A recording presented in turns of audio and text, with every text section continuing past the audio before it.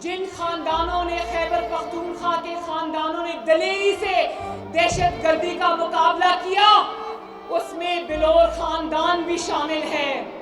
اس کے اندر جو آج وزیر اعلیٰ دھمکیاں دیتا ہے کہ تمہارا بھی وہ حال کروں گا جو ANP والوں کا ہوا ہے۔ میاں افتخار صاحب نے بھی اپنا اکلوتا بیٹا کھویا ہے دہشت گردی کے اندر۔ سوچو ذرا وزیر داخلہ کے اس بیان سے ان شہیدوں کے گھر والوں پر کیا گزری ہوگی۔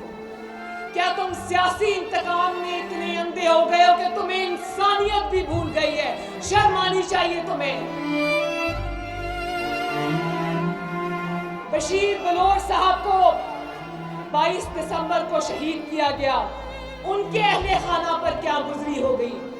بیرسٹر ہارون بلور کو شہید کیا گیا، سوچو ان کے بچوں پر، ان کے خاندان پر کیا گزری ہوگی۔ اور الفاظ سے دہشت گردی کرنے والا وزیر داخلہ، شرم آنی چاہیے۔ دنیا کو کیا پیغام دے رہے ہو؟ کیا خیبر پختونخوا اور پاکستان کی قربانیوں کا یہ صلہ دے رہے ہو عوام کو؟ شرم آنی چاہیے۔